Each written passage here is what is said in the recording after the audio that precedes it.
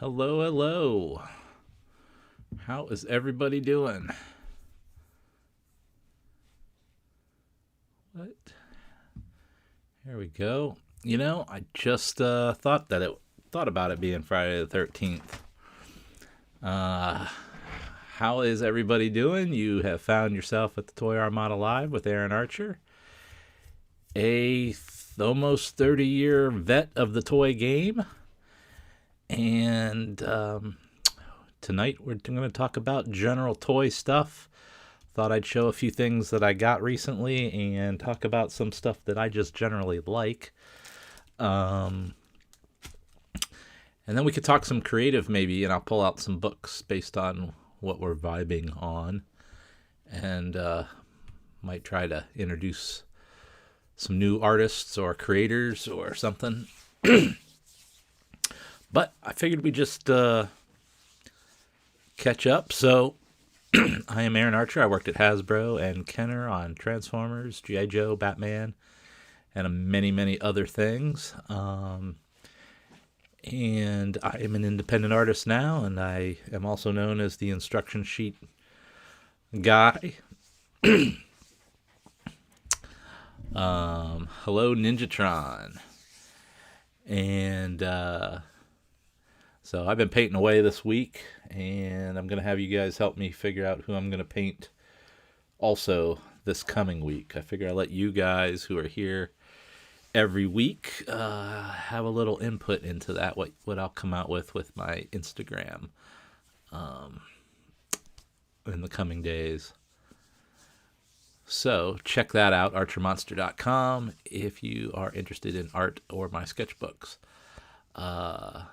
I was cleaning up my shelves today to see some things based on what I had, because I had ordered a while back the Machine Robo Rescue or GoBots, depending on your worldview, kind of guidebook. I love these books. We talk about them all the time. Pictures of all the toys, pictures of the animation and toy development models, if there's some, through time in this case, from its origins, through to the deep cut crazy stuff, interviews in the back. I'm a sucker for these black and white development images. So one thing that I'm just going to sprinkle inspiration stuff through here that I always kind of think about. One thing that I applauded the GoBots for, that I tried to instill in the different segments of Transformers, is the idea of don't ignore the weird head people. I always thought that we could do, cool guy after cool guy after cool guy. I'm partially to blame too. I like my robots kind of really cool looking if I can, and or, again, to my theory here, weird heads, super gnarly, right? So guys that have asymmetrical heads, two heads, tall things, things built into them that are just, they don't look like the G1 heads where they just have a work helmet on their silver faces. But I used to really push for the weird heads, and GoBots was always an inspiration for that, because they were not afraid to play up, in certain cases, some aspect of the item. I don't think they were characters at the time, but the item, we all know, like the drill head guy here, come on, that's just awesome. Now they got their basic guys too that just have, robot mono eye looks. But what I really loved about GoBots, there he is, Tux. So he's a Rolls Royce with a British flag on the side of him, with a chrome head, wearing a top hat. Like, that is just choice. That is just choice. I got this book on eBay, like buy it now kind of situation. but it came from Japan. It did come from Japan, so it was like $60 or something. And I just wanted it, so I wasn't gonna quibble. You know. So I was looking through my book and then looking through my GoBots. I don't even have all of them out because I don't have space right now, but I have a few out. Forget where I got this one. I am a fan of the weird shapes. Okay, so the submarine particularly is just a chef's kiss, kind of funny thing to me. So I have a loose one here. I love those feet. The back of the sub feet is just great. They all had chrome heads, which I thought was nice.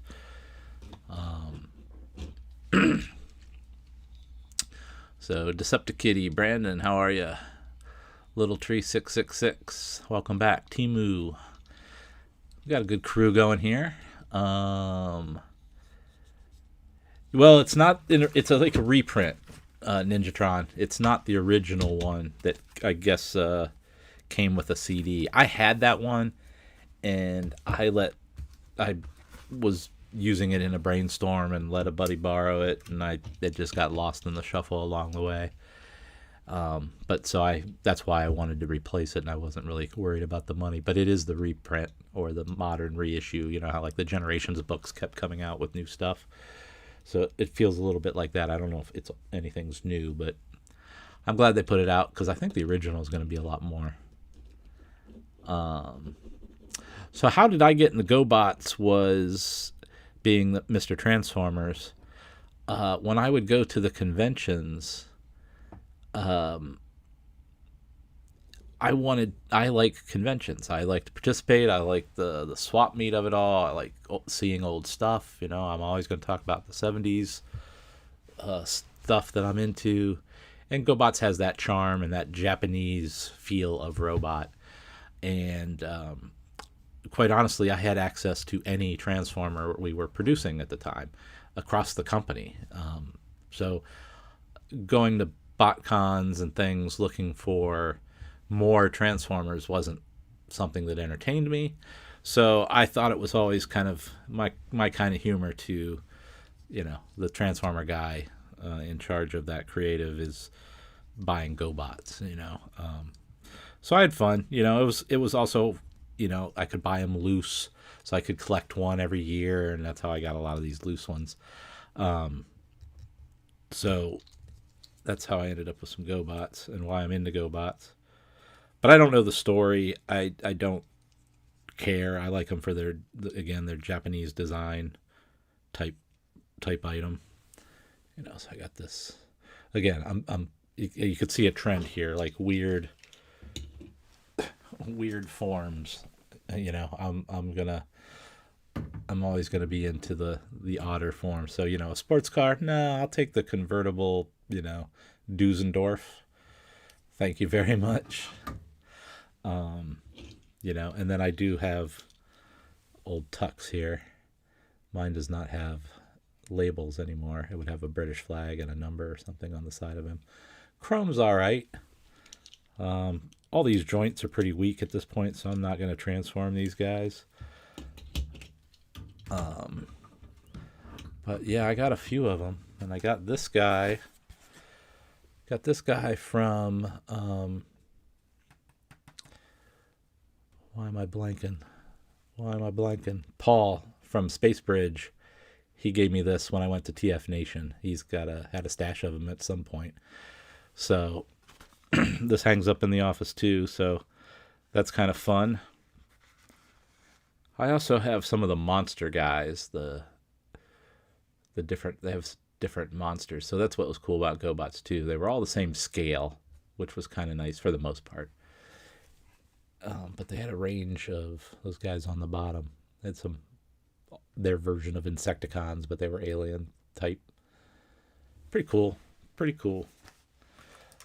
You know, it was very fashionable to kind of shite on GoBots, you know, for a long, long time. And I think in the terms of the American Western market, Transformers is much more compelling entertainment and ultimately product as well. So, it was going to win out.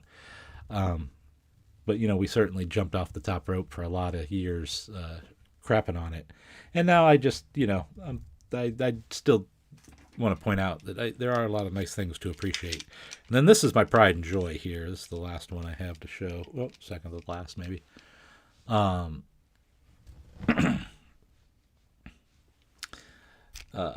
This thing, which has its own storied history in Japan, because it's actually a Cobra anime vehicle. But you see how nice and crispy, crunchy that is. It's nice and shiny, and no perfect labels. And look at that, nothing scratched.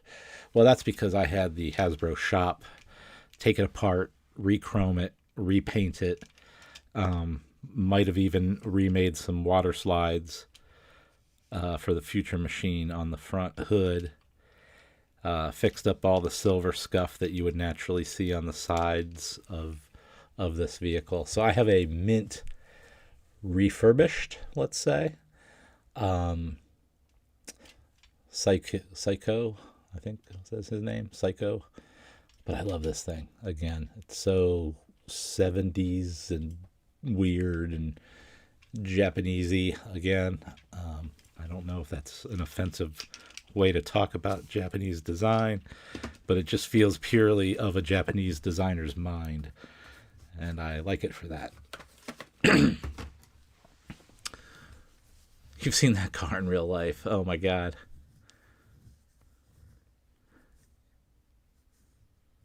Yeah, Space Bridge is great. Paul and I go way, way, way, way back. He's a good dude. So if you're in England and if you get down south, go see Paul at Space Bridge for your retro toy needs. Yeah, the Psycho is they're nice. It's a nice design. It gets a little floppy. The joints definitely get floppy. He kind of doesn't want to hold up a lot of the times on a lot of them I've seen, and certainly the one I had as a kid, because I had that as a kid. For sure. These other ones I picked up along the way. So that's why I had them refurbish the one. So little gentleman's privilege there to be able to pull that off. But I appreciate the shop helping me out.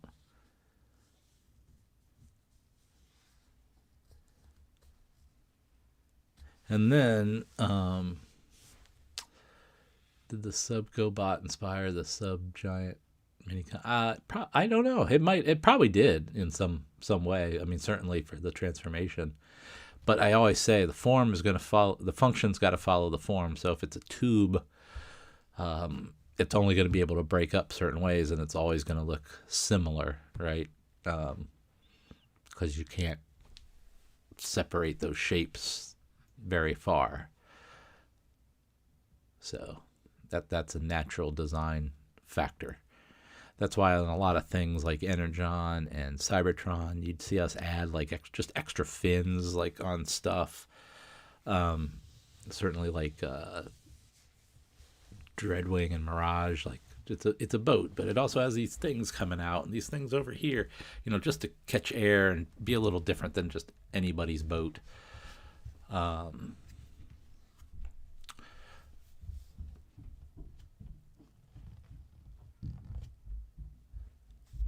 Hey, Shar, yeah, I'll, if somebody wants to fly me to England, I'm game. I'm always game. I love going to England.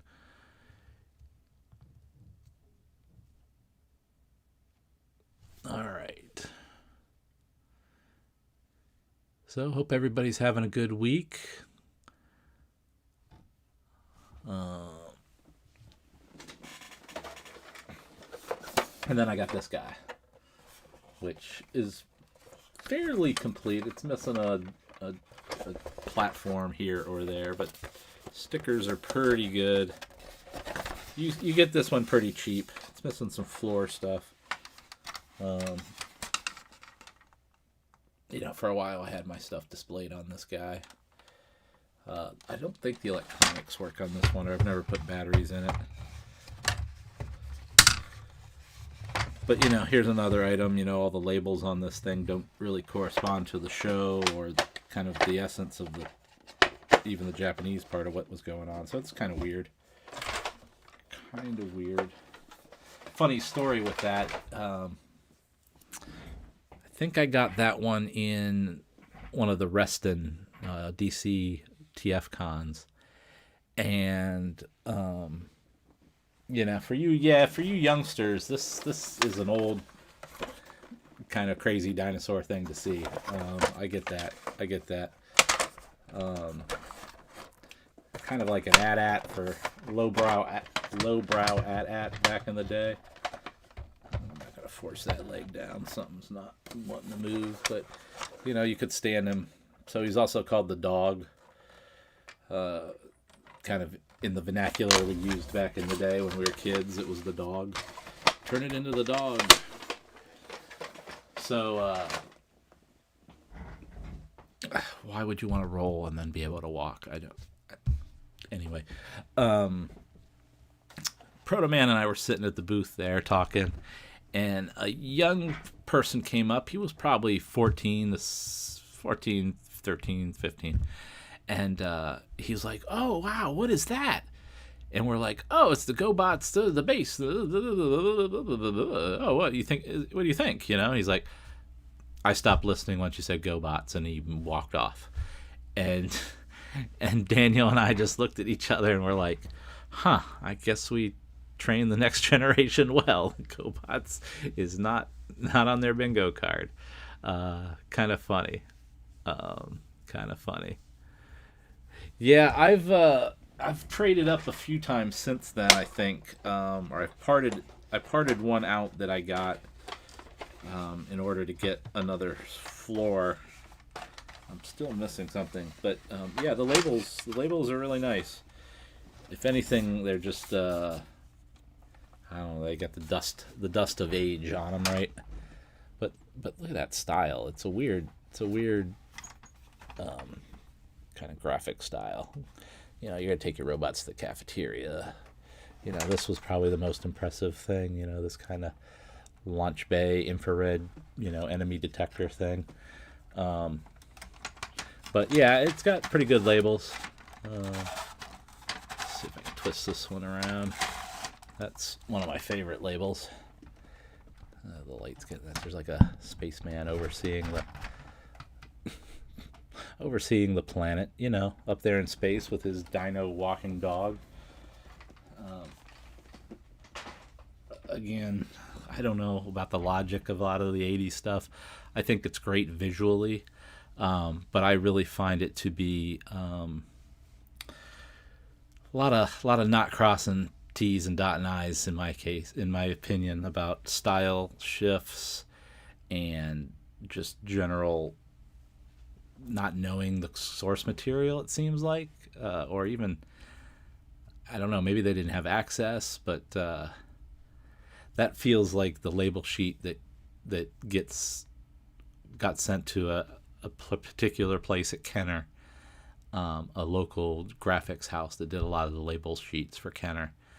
And because back in the day we didn't even have computers, so that you had to send out for that stuff to get done by houses, who had graphic designers on staff, and would do our label sheets based on our specs and size and goals, and we'd have the lines that they had to stay within to create the die line.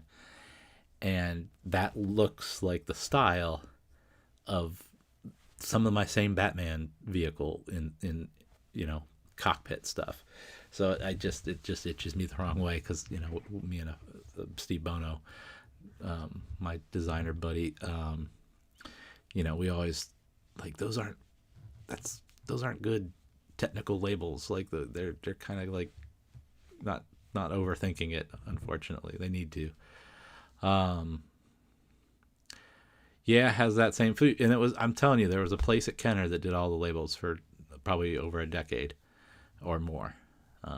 So if you really look deep at Kenner labels, going from Batman to Jurassic Park, you're going to find some weird consistencies in the label sheets. The shadow, I'm just telling you, that is a whole other deep dive. Someone can go down that rabbit hole someday. They probably did the Beast Wars labels on the micro whale and spider. If there's labels on that, they would have done that. That was probably the only thing they touched with Transformers or Beast Wars.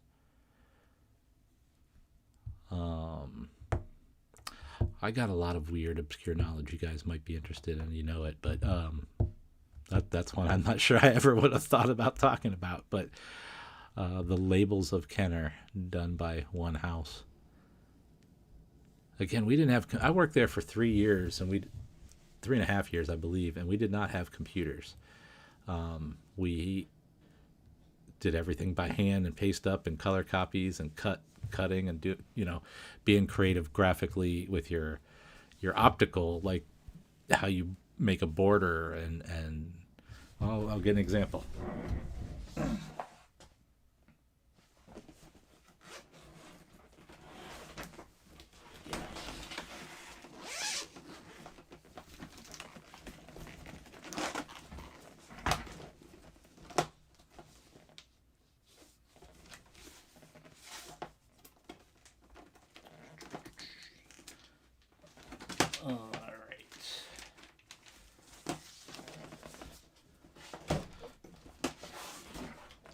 So this is Legends of Batman, what became Energy Surge Batman.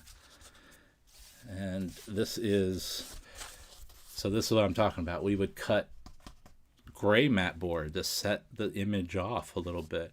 We'd use onion paper, tracing paper, blow up something from the Bat comic that we like. This was from the Batman versus Judge Dredd comic, blown up, and so that you had a background mask to then pop your figure off of. That this is let's see here. This is a copy with some hand-drawn insets. Yeah, so this guy, we decided to do 2 types of chrome, so silver and gray. And that was his weapon, and that's how we showed that. This had to be made by the package department, and then we would color copy it. Urban Warfare Batman is what we called that guy during production. He came out as Energy Surge Batman. Had to change him because he was a little too close to the Dark Knight, but he is the Dark Knight Batman. If you have this figure, his, I think, left hand has the Krypton oil sprayer built into the hand sculpt. That's how you know. They made me change the helmet.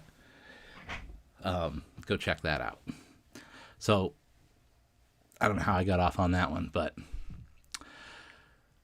Sabertron Toys, $5 super chat. Hey, thank you very much. I appreciate it. I am, again, an independent artist making art at home for you guys most of the time between projects that are fewer and farther between, unfortunately. So if you are interested in anything, please check it out.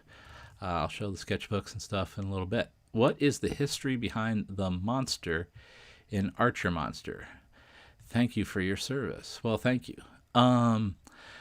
Well, this is a funny thing. You guys that have either done history or been with us for a long time on the and I talk a little bit of the history. I certainly love the characters and bringing the story of the 13 and different things to bear. Pardon me. And but in actuality, I don't draw cars. I don't draw very good technical things often, or I don't like to. I'm a creature guy. I'm a texture artist. I like hair and spikes and horns and, all that kind of wrinkles and that kind of stuff. So I draw monsters, honestly, in my everyday life.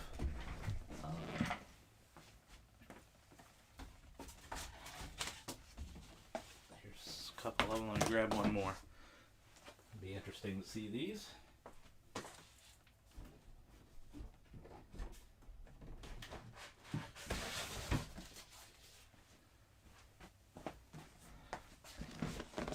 So, in my everyday life, this is probably more of the kind of work that I do.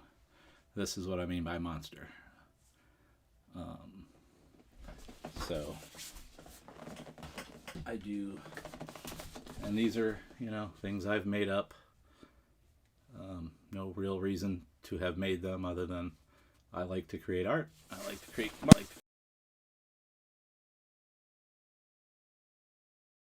for a while. So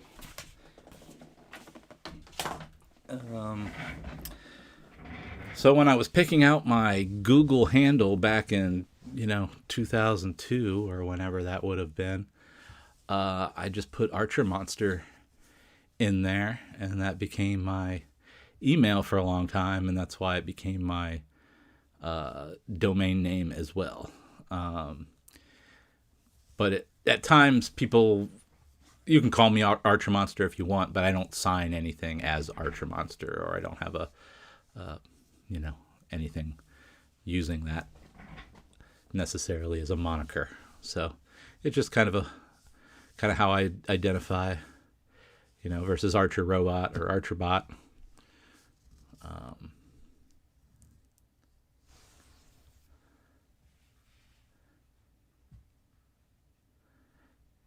Yeah, that would be. So, oh yeah, you guys got to see my hoodie, my Godzilla hoodie.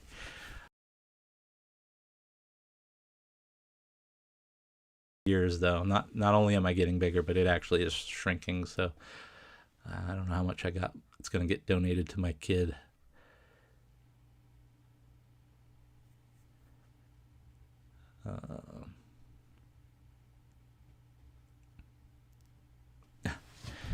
Well, thank you guys. Yeah, this guy, I think of him as wearing, so he's wearing demon armor or something, and that's why it's got all those runes. Like, in order for him to control the demons, he's stuck in this armor, and that's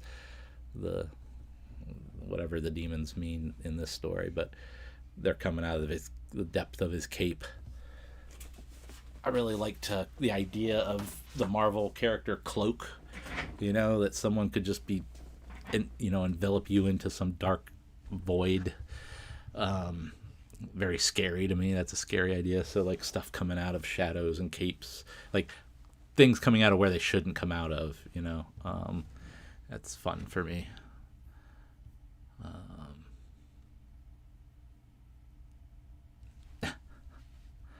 So that's kind of the origin. So thank you, Sabertron Toys, for the super chat. I appreciate that. And you got a full answer on the Archer Monster. Got a little closer to finishing Cybertron here this week. Rendered it a little bit more and put this green over one of the sections. It's almost done. It's almost done. Looks pretty good there on screen. Hope it's coming through that way to you all.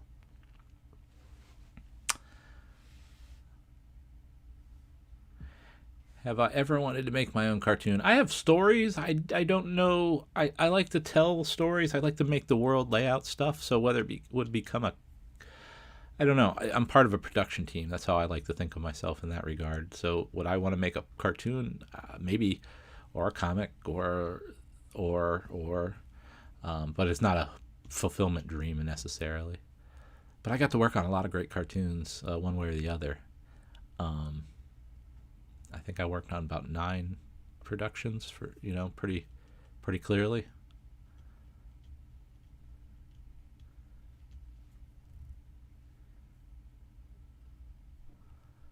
Oh, that's good. El Kevo, thank you. Brian Parrish was on Triple Takeover. I saw them hyping that. I didn't see it.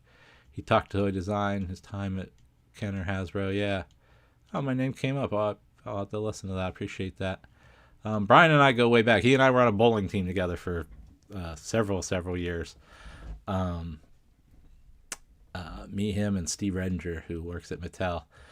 And Brian Parrish was a intern, and he was a co-op on the Batman team. He helped me get done Clayface and some things, and then he came in to help on Star Wars when we needed a particular type of help, and he was willing to come in and do a tough job for a while doing the asset management before he could even become a designer. Very impressive. Very nice guy. Very nice guy. I actually miss hanging out with Brian. We played soccer together too. So Brian, I actually used to laugh with people because people at work, Brian was a hardworking designer on the Star Wars team for many, many years. And here I am, gallivanting around the world with Transformers and all this stuff. But on Wednesday,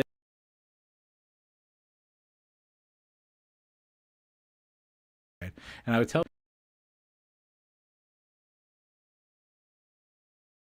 Brian socially outside of the office, 4 hours a week or more. So I'll have to check that out. Brian Parrish is a great guy.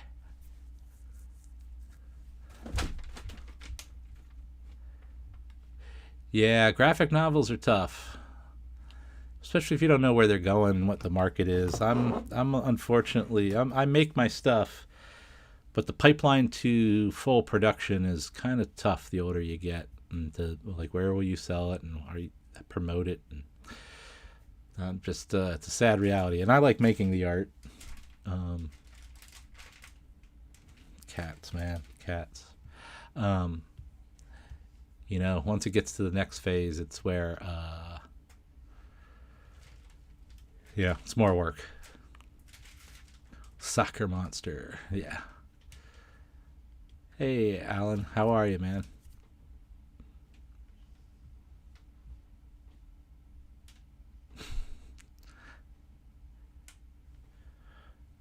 Is the audio having problems? I haven't seen anything. Got a low bit rate. I don't really know how to fix that very well, but let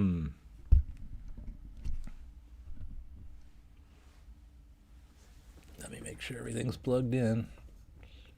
I'm getting movement, so I'll stop pounding on my table.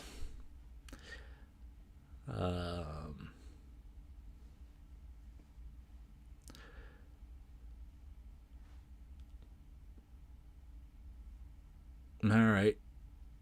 Well, I was just saying Brian Parrish is a great guy. We spent a lot of time together playing soccer and bowling and stuff, so I'll have to check that out. Definitely have to check it out. The cat's doing better.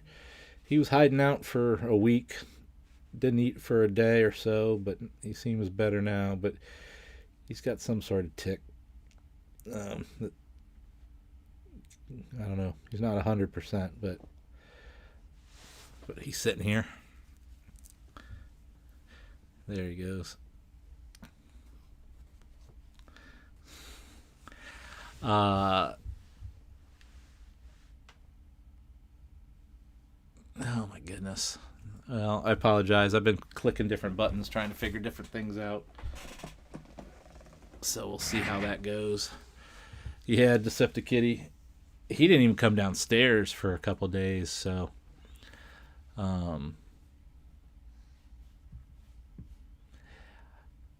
we did in the development of Armada. We did do a lot of bowling in Japan, which was fun.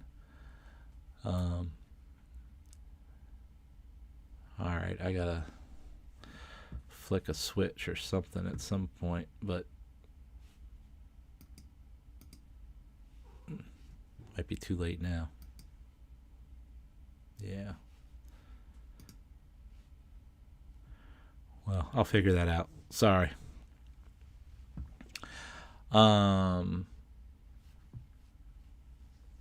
So I have been doing. I did in honor of the Venom movie being one of the last Spider-Verse movies. I thought it would be fun to do the crossovers Venom, so I did that one this week. And then here's our preview for the night for what'll go up tomorrow on the Instagram. I finally got to this guy. Can you tell I had fun drawing the shark? So that's a fun one. A lot of my Beast Wars stuff is the 10th anniversary instructions, and or there was a time with like Transmetals, they're just kind of small and wide. So Beast, there's not a lot of. I wanted to draw some beasts, and I put Skybite. It doesn't matter where he's from; he's an animal, right? So that's where I found it. So let's see here. 10:30. So we got options. Who you think I should do next? Maybe in the next day or two. I'll only do one from this grouping. So I got Wheeljack, Cybertronian Optimus Prime, or Cybertronian Soundwave.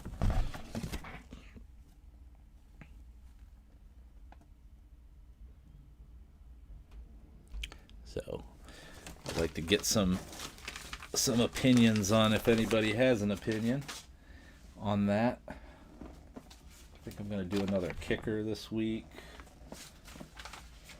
I'll show my stash. I'm going to do a thrust. Might do a Cyclonus. Definitely going to do a kicker. But see, here's what I mean about the Transmetals. I got Megatron and I got Optimus. But they're so tiny. Not the greatest. Not the greatest.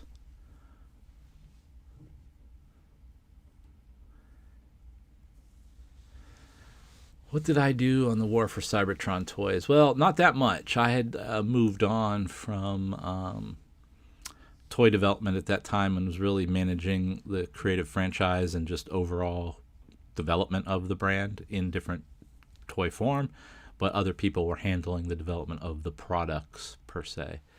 So I'm not actually sure who did the War for Cybertron products, but I certainly worked with High Moon on general parts of the video game and giving them permission or a view into the sandbox that we were embarking in so they would build upon it. We considered them part of the cornerstone of delivering, the unified continuity. So, and they took that with two hands and ran with it. So, that was my contribution to the video games in a way, and then the approval process and back and forth. But they made great decisions from day one about just overall design and development and all of that. So,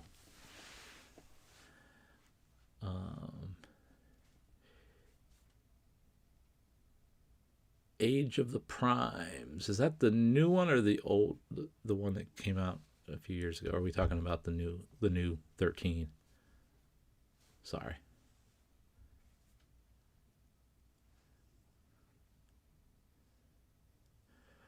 For those tiny Transmetals, you could do only half of the guy.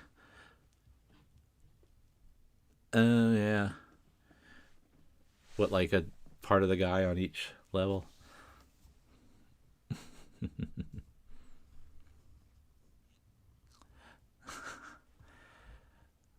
Soundwave. It's unfair to put Soundwave and Wheeljack together. I think there are the same level of fan engagement with those characters. People identify with them for different reasons, but they do kind of come off as equal to me over the years. But all right. What are my favorite memories of toys from my childhood? Well, I had first generation Star Wars stuff, and I had a lot of 82 Joe stuff because of story connectivity. I always had pretty nice toys to a certain degree. Didn't have a lot of high-end stuff, but I had a lot of stuff. So I was never the kid that had the Defiant or the Flag or even the Whale.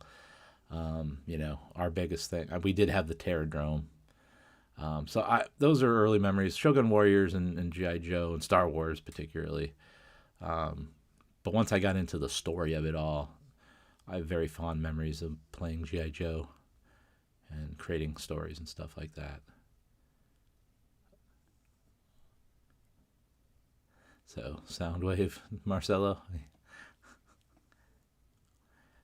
We've kept Soundwave so consistent in a way over the years. He's kind of pretty straightforward to draw, isn't he? He hasn't gotten monkeyed with too much.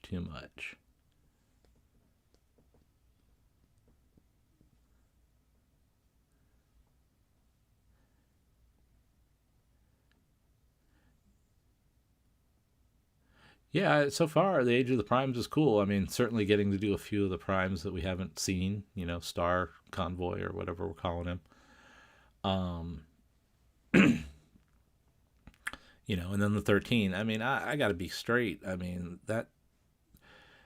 I never thought we'd do two toys of Solus Prime and some of these characters. The Fallen might get done occasionally, and Vector Prime, I was surprised to see come back, even though I was thinking it should.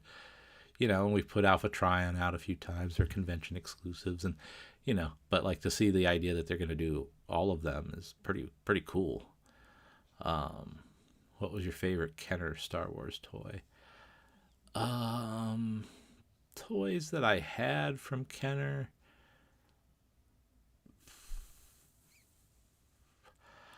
I mean, for pure child delight, I liked the Wampa. It was a big monster, Bigfoot. Again, us kids of the 70s, Bigfoot was a big deal in the 70s, as he is now. It is now. So I like the Wampa. I like the rubber band articulated arm, so it would swat at things. The Rancor monster was a good one. So again, I'm showing my interests. I also like the Tauntaun that you could put the guy in, and I was big into the Jawa playset. I like the gate underneath, the way the doors worked. So you can tell I was into the monsters. Clearly, Star Wars for me was a lot, not about the hero and the princess and the this and the that. For me, it was monsters and space battles.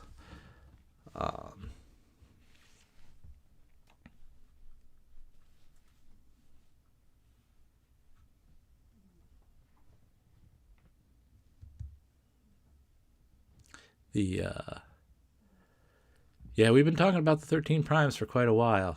Um, yeah, transformation sequences for me. I'm not so sure. I'm good with the silhouette guides.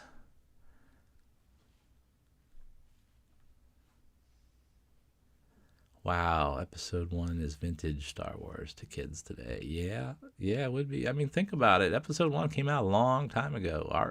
My 70s Star Wars is.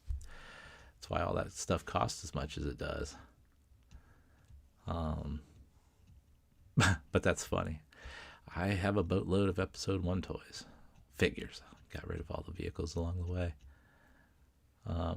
Yeah, the Wampa had pretty sharp claws too, by comparison to most toys. Um,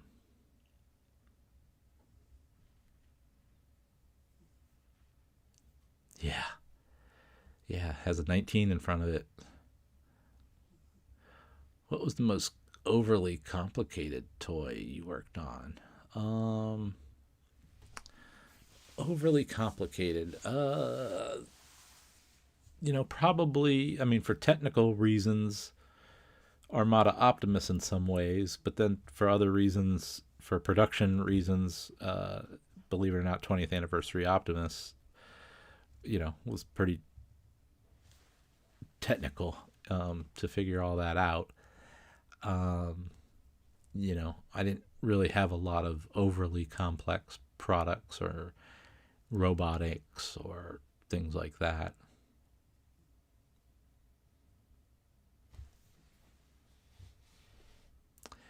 Yeah, episode 1, 25th anniversary. Wow. Yeah. So in January is my 30th anniversary in toys.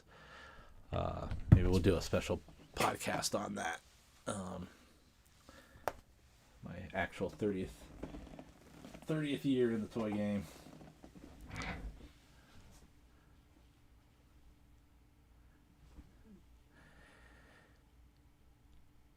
Yeah, I mean, again, this is I'll go off on one. This is why Disney's got to have somewhat of a headache, because if you are talking to kids that you're trying to put their butts in the seats because they're young and they have interest in Star Wars, then you want to make certain decisions. But the people from 25 years ago, episode 1 and maybe Clone Wars people, they got a different view of it, of what they look for, because that was a war story and their hero turning evil and all this other stuff. And then you got me, it's a farm boy that turns into a knight and saves the princess from the Dark Lord, and it's a fairy tale. And how you put all that together and try to appeal to all those people has gotta be tricky, because no matter which one you appeal to, you're probably gonna tick off another third, and the other slice might not care at all, so you haven't gained anything. That's my opinion on the world of Star Wars a little bit. I've cut loose of Star Wars. I say this publicly and openly. I cut loose of Star Wars. Got rid of Disney Plus, and I don't watch any of it anymore. I didn't get so upset about Boba Fett or this, that, or the other. I just don't care. They don't care enough, so I don't care enough. Is where I have left Star Wars. To that end, one of the things I got this week when I visited Has-Been Toys up in Massachusetts is from Rick. He came across a whole shipper case of these. These are from 1982. And I'm pretty sure my Mark Boudreau would have worked on this one, because he was famous for the mini rigs. So I'm pretty sure that was him. So this is a sealed tripod laser cannon. So I'm a big Stormtrooper fan. So that is my prize of the week for sure. For sure.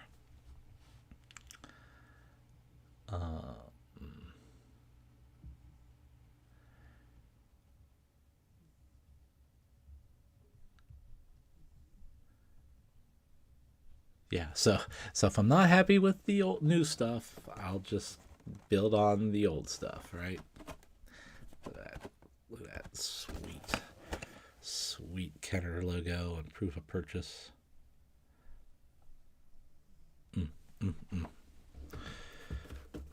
Kind of when you can look at a logo and see your childhood. Yeah, he found a whole case of just the laser cannon, which is, whatever. I'm sure they were solid packing stuff back in the day as fast as they could when things were banging. Sideswipe Prime, you actually agree with the Star Wars stuff? Yeah, I mean, it's just, how I look at Star Wars, just it can't be how they look at it now. I mean, I gotta be fair too. I mean, so that's why I'm like, I teach my kids, you can't put your money anywhere that you're not getting treated right or good value for it, right? So if you sit and wait to be seated at a restaurant longer than is necessary because they're just not paying attention or doing a good job, you do not have to give them your money. Leave. Star Wars, I like the old stuff. I understand it. I like where they've gone. I'm happy with The Mandalorian. I'm happy with Ahsoka. I'm happy with the Clone Wars. All of it. Dave Filoni should deserve to do more. I just can't care anymore. I read the books, the Thrawn books. I stuck with the game. I bought some toys. I was on the toy team. They've just got so much back and forth that I just can't care and give my emotion, give that energy, about Star Wars, something I saw when I was 5. Okay. So, and that's where I've left it. That's how I've left it. It's kind of strange. I don't know. I'm not, and again, I'm not Disney this or that, or uh, the the woman that runs it. I don't think she's done a good job, and I don't think the sequels were all that great. But I also don't need to keep buying. Don't need to give them my money. Don't even need to think about it or worry about it. Aaron, do you know what are the most sought after toys in the secondary market that you've worked on?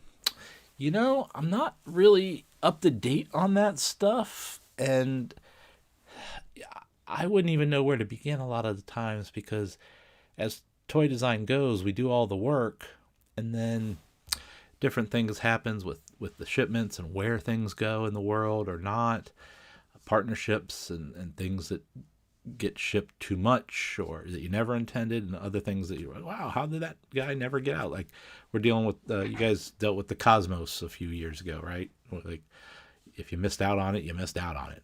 They're making good on that, but as the designer, you don't really know when things come out in little pockets or very low on a shipper pack. So I don't really know, other than the ones I can assume. The 20th anniversary Optimus has some value. Armada Unicron probably has some value. I've seen the prices on Armada stuff, and I'm, shocked in a way, but that's what it is, and I guess that's good. Again, Transformers are weird because those toys, they get played with. You do get Transformers in pack, but it's at a different rate than you get them loose, because people want to play with Transformers. So I don't always know what values are. Yeah, Catzilla is definitely on the rampage a little bit. Were you involved in Shadows of the Empire toys? I was not, but I was along for the ride as they made that stuff. I had friends down there on that group, and so that was fun. I had the book of how they made it. It was like, for you all that might not remember, Shadows of the Empire was a thing that came out in the late 90s. That kind of was between Empire Strikes Back and Return of the Jedi, if I remember correctly.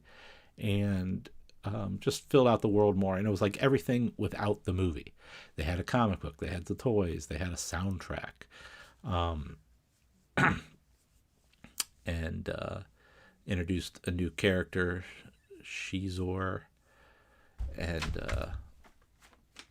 pretty cool. But I don't know, people didn't clamor for more, and I think that's when Lucas started doing episodes 1, 2, and 3. So didn't want extra people writing extra content. I think so, that's what happened there. But yeah, I was around for that, but I did not work on that stuff. No.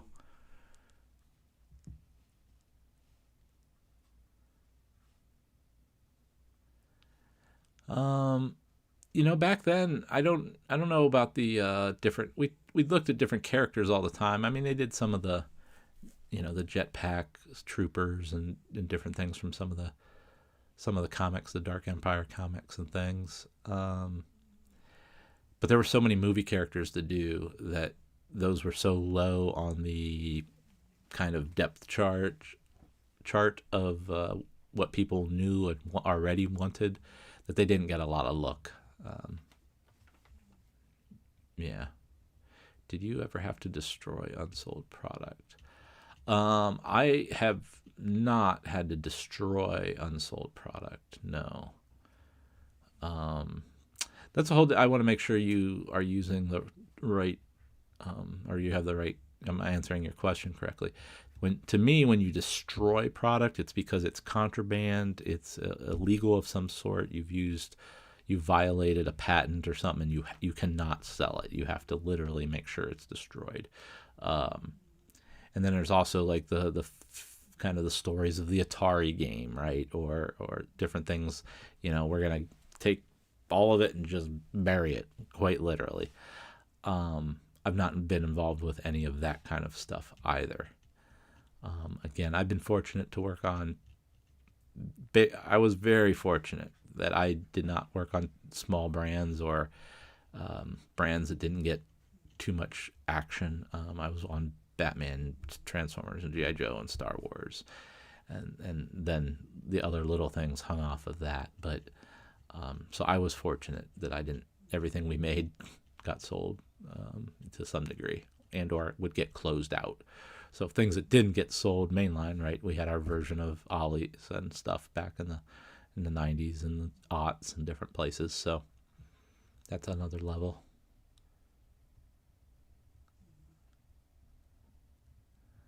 Yeah, that's probably definitely the right way to have it, because they're making it for a new generation. So I can't look at it in my 52-year-old eyes and go, they're not doing it right. Well, then my 10-year-old wouldn't care, Not that my 10-year-old does care, but he does not. But totally the right point. Yeah, I heard Wing Saber is expensive. That's an Eric design. Oh, that's right. They did a Shadows of the Empire video game too. Yeah, in 64. And 64 had some fun stuff. Yeah, see, Shadows of the Empire soundtrack. I got some of the figures. Kind of funny. Kind of funny. But see, and I'll say something about Shadows of the Empire. It was kind of new, right? It was still fresh. We were willing, oh, there's a new bad guy? Sure, let's go for it. It wasn't part of some giant network and promotion of and connective tissue to this, that, or the other. Anyway, you guys are getting me on my Star Wars diatribe. I've made it my own problem, but have you seen Lego Star Wars Rebuild Galaxy kits? I have not.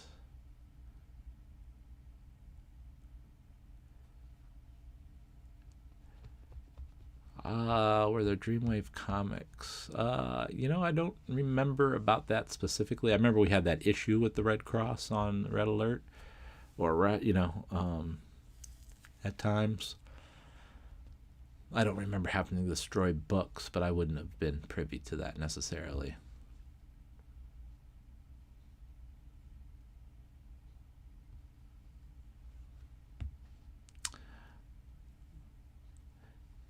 Yeah, when things become shelf warmers, they just get moved along and kind of, they rarely get destroyed because they still have value. So they'll just get downsold to a smaller and smaller company situation.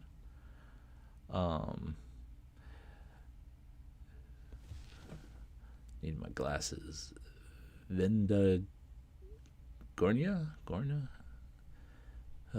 Sorry. The font that YouTube uses does not help my eyes read these comments, unfortunately, easily.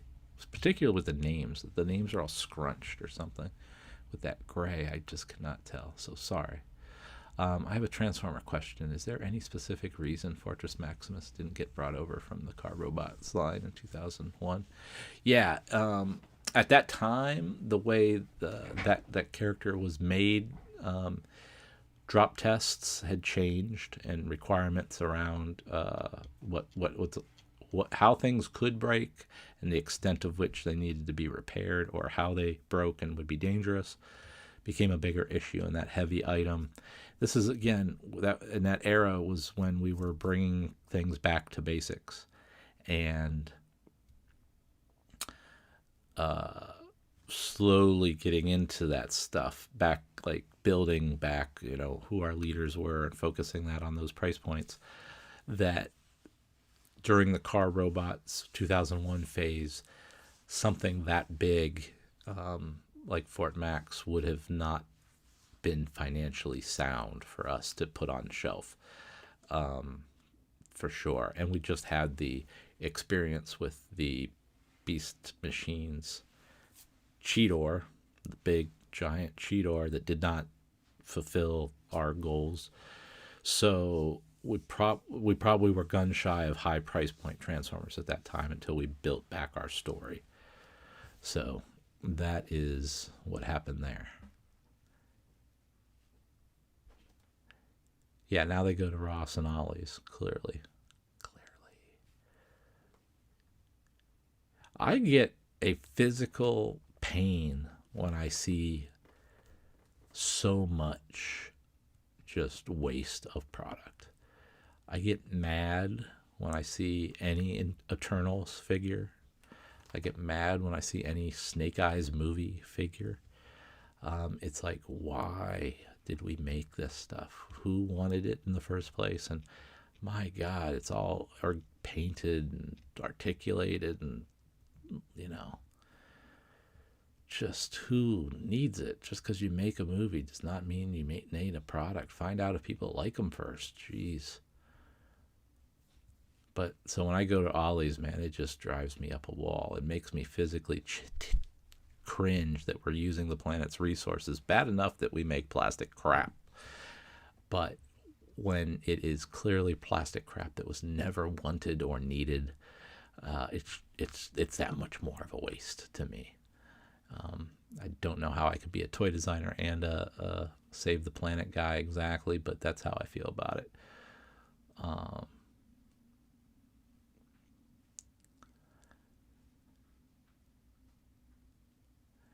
Got the same feeling with franchises I like that we're not as invested in new incarnations anymore. Yeah. And I feel like my dad, is like, oh, well, yeah, I guess they're remaking that one, and he'd seen the movie from the 40s, and I'd be like, yeah, but this is the cool new one, and, he'd be like, oh, I'll stick with mine. Now I get it. I have my RoboCop. I have my Total Recall. I have my Predator. I have my version of Aliens and Star Wars and these things, and that's fine. I'll check in on the stuff. I'm not going to just ignore it because it's not from my era.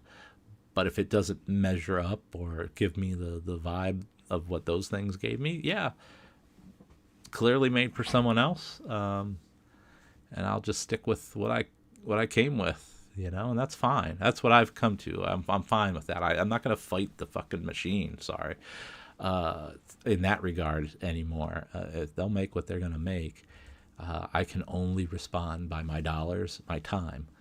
And I think Disney Plus is seeing people are like, this stuff's not as good as it needs to be.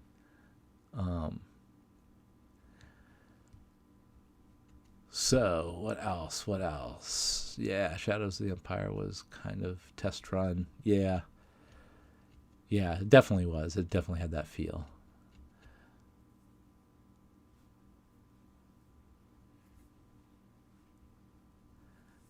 Dan, Paul gave you a laser beak. That's funny. I'm glad your kids enjoy it. It's got a good look, I just wish it wasn't garish orange.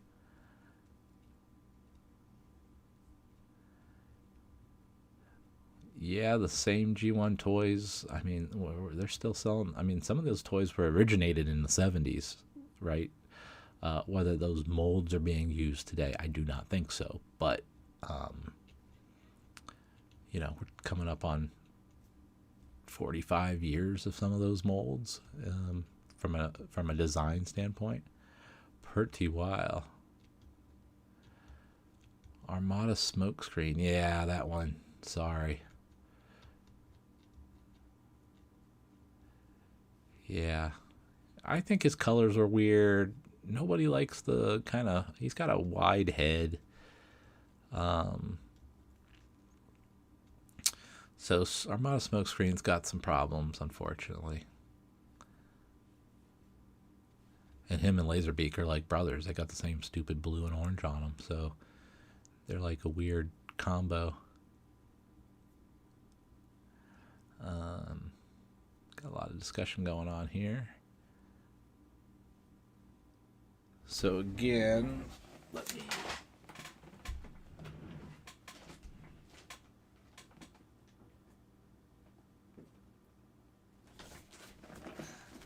Still got the sketchbooks. I counted. I think I have 25 maybe left of Volume 2. A little less.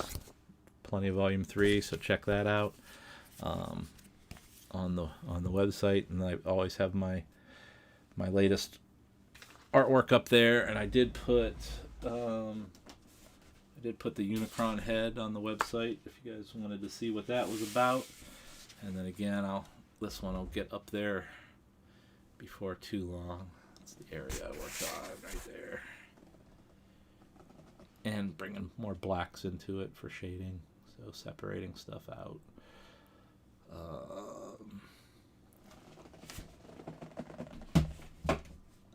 Finally felt the good flow with that one.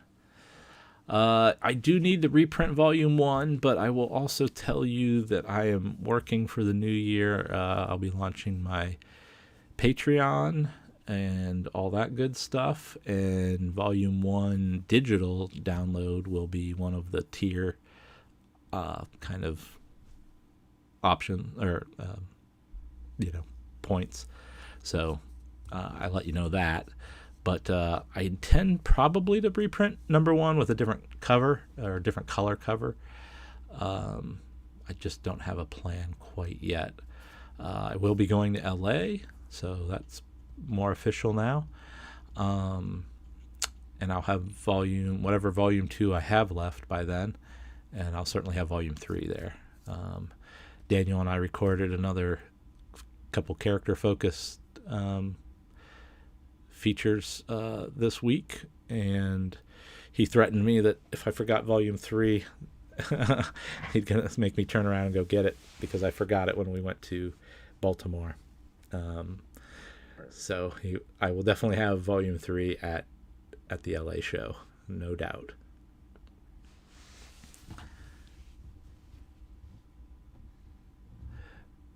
Sorry, that green demolisher dump truck. Yeah, that was a good challenge to get a dump truck at a deluxe scale. Eric Siebenaler did that complete item, and I really challenged him. That's why he has the funky silhouette. Like, how can we use this to our advantage? So that is a good one. And I don't think he got a lot of redecos that item.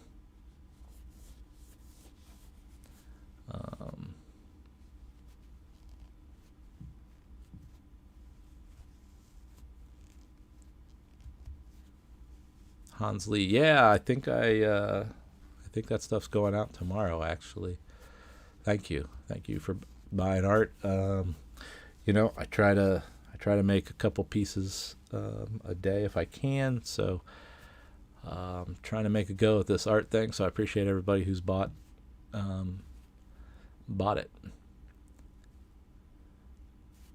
Titans Return, Sentinel Prime. Yeah, that's interesting.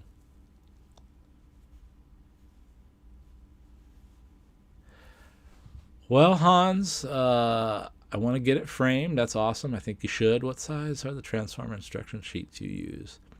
Well, that is the real son of a gun about it, because there are, I don't know. There might be 24 sizes of just normal stuff. I'm not talking about going all the way back to Beast Wars. I'm just talking the incremental sizes on those things. It baffles me. It baffles me that it is not standardized whatsoever. So they go anywhere from from this size, which is kicker, all the way up to your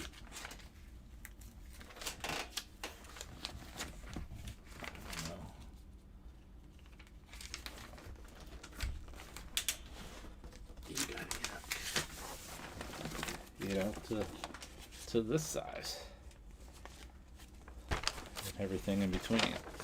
So it's like, that's why you see price differences on different. I got some Armada primes here, Optimus with Overload, and some of them have these spaces that I need to cover up with art. It's so different, so look at this. Look at this compared to this empty space here. So you see that empty space on this instruction sheet? It's about the same as this entire instruction sheet. So pretty wild. So I just make them. I don't even, because one of the things, if you go to my store, which I appreciate you when you do. You won't see dimensions. I am promoting that it is the instruction sheet from this character. Because I was thinking about doing dimensions, but I tell you, I would have spent so much time over this last year doing this, just measuring instruction sheets, that it would have been frustrating as all get out, because they are so varied and different. So it's just wild. So, but what I know is it is a standard width, so it'll fit in a frame. You may have to fold one corner or something, but I don't remember which one you picked up, Hans. I got it written down, but not in front of me at the moment. But so that is the sad truth of the instruction sheet situation. And that's why you see, in some cases, the price variation that you do, because I can't, in good faith, charge the same price for this as this. So, and depending on complexity and rarity. So that's how that goes. Yeah, Armada Unicron is one of the bigger ones in modern big scale. We'll definitely talk titanium. I won't bring it up tonight, but we'll talk about it. Don Figueroa was a big part of that. Also just an opportunity to do some of the characters of that era's time, whether it was the Fallen or the RAD Optimus or some of the different things they did. Yep. Primus had a big instruction sheet. The RID Optimus Unicron have a big instruction sheet. A lot of those Thrilling 30 and Transformers Prime Beast Hunters. Giant. I think I have one of those.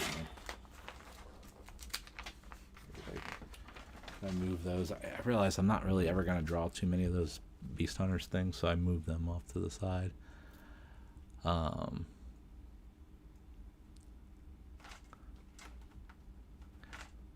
yeah, I'm sure I missed a lot of discussion. We had a very robust discussion going along the way here. So is there anything else we need to cover tonight? So again, if you are interested in the original art, this is the one that'll go up tomorrow. If you're, this one or any of them, definitely check out archermonster.com/shop. You can hit me up as well on the Instagram if you have a particular character you would like to have commissioned, and see if I have it. I've been doing a lot of that. The Primus and the depth charge that you've seen this week were commissions, and so people reached out and figured out which instructions I had, and that's how that went.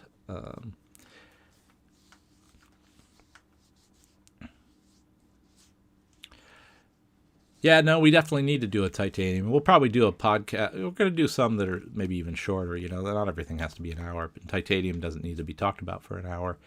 But we'll probably cover it. Yeah, we'll definitely, at some point, we'll get that.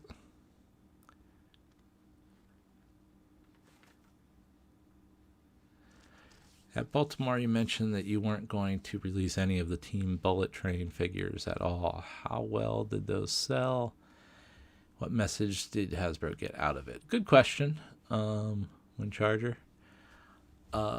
They sold fine because we very well managed kind of to put them out in a full but limited capacity so that they would sell through. And I don't think in the U.S. we did a gift pack. Correct me if I'm wrong. I know the Japanese had a 3-pack of all 3 of them in one box, but I don't think we released it that way in the States.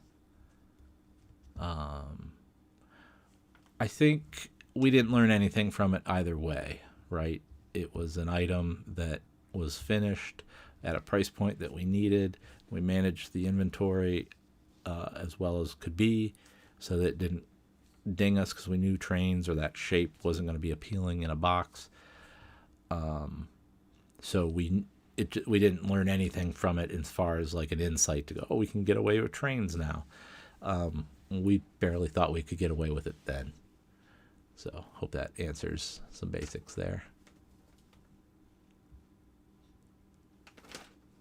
Oh, no problem, Hans. That's what this is all about. Kind of a little stream of consciousness and just, talking toys. Going to ramble just like we would be at a convention.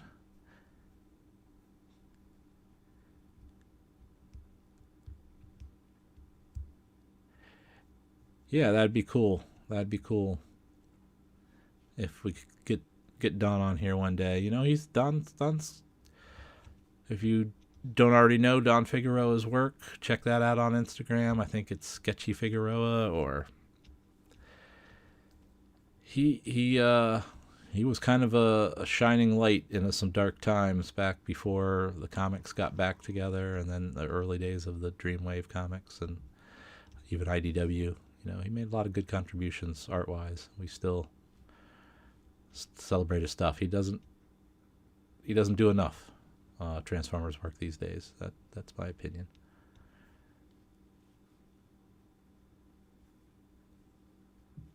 Let's see.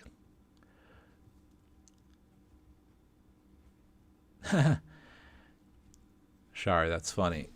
Completely off topic. Would you be open to doing custom art pieces of sneakers or on sneakers, like a pair of Jordans in your art style? It's funny you say that, 'cause that's what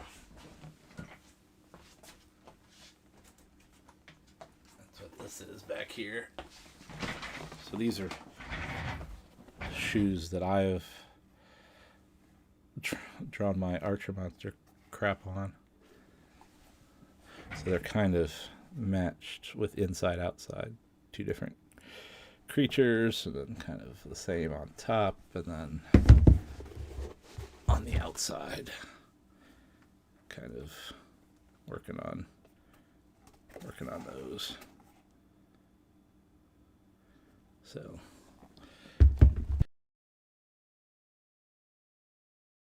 I think haven't sealed them, and they're not done really. But yeah, I can work on shoes. No wind charger commissions yet, sadly. Unless you hit me up, I think.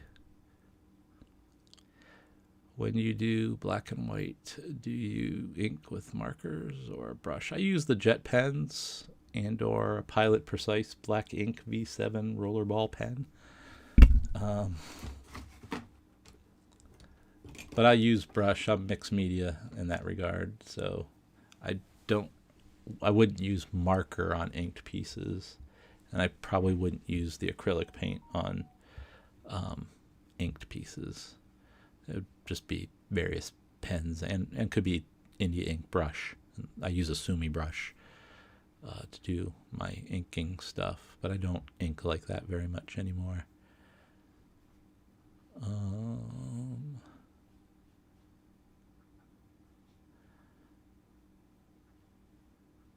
Yeah, Don does a lot, and even though it's not enough, yeah.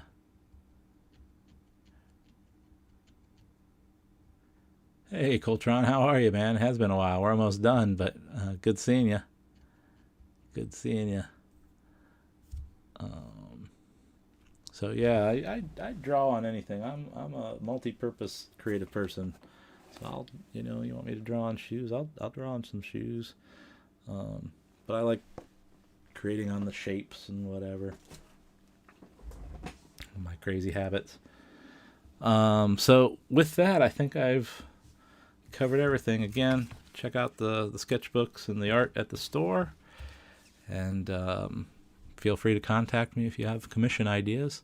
I do appreciate you with the super chat, Sabertron Toys. Appreciate you being able to tell about my moniker's origin story about Archer Monster.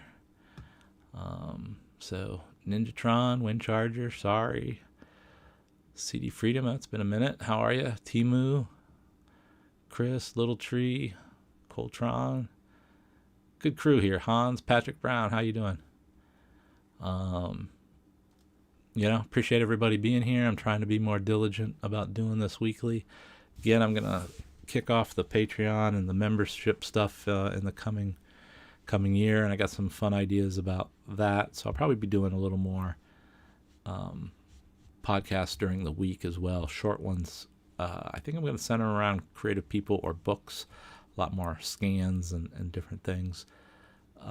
But I'm putting that stuff together along with my Night Force Ninja movie.